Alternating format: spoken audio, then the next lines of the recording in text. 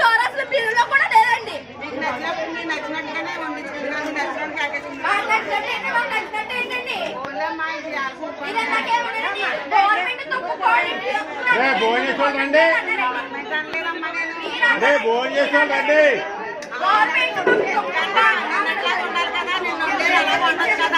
Class వెళ్ళిపోండి.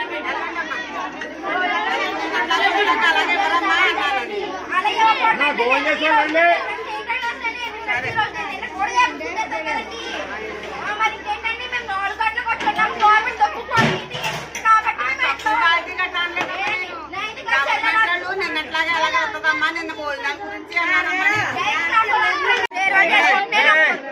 నిన్న ఒక్క రోజే మేము తృప్తిగా నిన్న పేదవాళ్ళు ఇంకెవరికి వెళ్ళదని చెప్పారండి. అడిగితే నిన్న అంత టేస్ట్ నిన్న మేము ఉన్నాం 4 గంటలకు వచ్చి అన్నారండి. అంటే నిన్న 4 గంటలు వచ్చన్నారు కదా, మీరు రోజు అలా ఉండండి, నిన్న ఉన్న టేస్ట్ కి ఈ రోజు ఎందుకు వండలేకపోతున్నారు అంటే గవర్నమెంట్ అంత క్వాంటిటీ ఇవ్వట్లేదు, అందుకు మేము వండి పెట్టలేకపోతాం అని అంటున్నారండి. అవి 3 సార్లు తీసుకొచ్చి షట్కోడి దండాలు మేము మద్దూరు సుబ్బారావు గారు తీసుకొస్తాను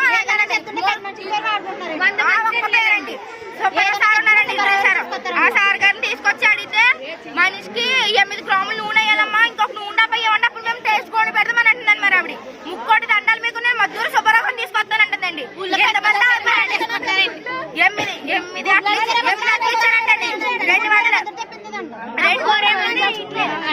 అట్టుగుట్లు ఎత్తే 3 అట్టుగుట్లు ఇచ్చారని చెప్పారండి.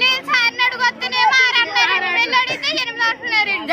250 గుడ్లు ఎత్తే 100 మందికి గుడ్లు అంది. నేను మిగతా 150 మంది గుడ్లు అంది. ఆ గుడ్లు ఏమైనా చెప్పండి మాకు రేషన్. అడిగితే 7 గుడ్లు చూడండి, 7 గుడ్లు పైన గుడ్లు ఏమైనా మాకు ఆ రేషన్ కావాలండి. ఇప్పుడు మధు సుబ్బారావు గారు ఎవరు?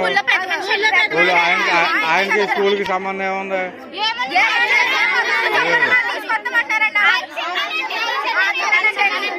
అందుకని అతని పేరు వాడుకుంటారండి. అంటే మిమ్మల్ని ఉన్నవాళ్ళం కాబట్టి నీ రోజు గట్టిగా మాట్లాడుతున్నాండి. నేను ఎప్పుడు తీసుకొచ్చుకో అన్నారండి. ఎప్పుడో తీసుకెళ్ళి ఎప్పుడో తీసుకొచ్చాను. కాదు మీరు కూర ఉప్పు చూడండి, ఉప్పు లేదండి. అడిగితే గుమస్తా సార్ ఉప్పు సరిపోలేదన్నారు అన్నారండి.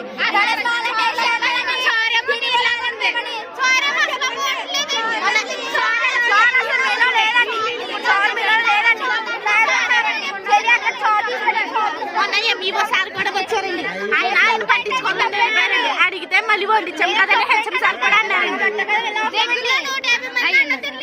దగ్గర నుండి వండించుకుంటాం సార్. 30 గుడ్లు పాడైపోయింది.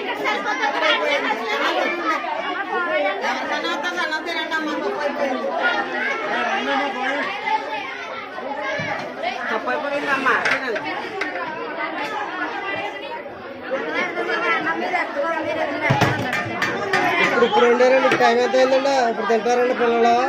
అవునా?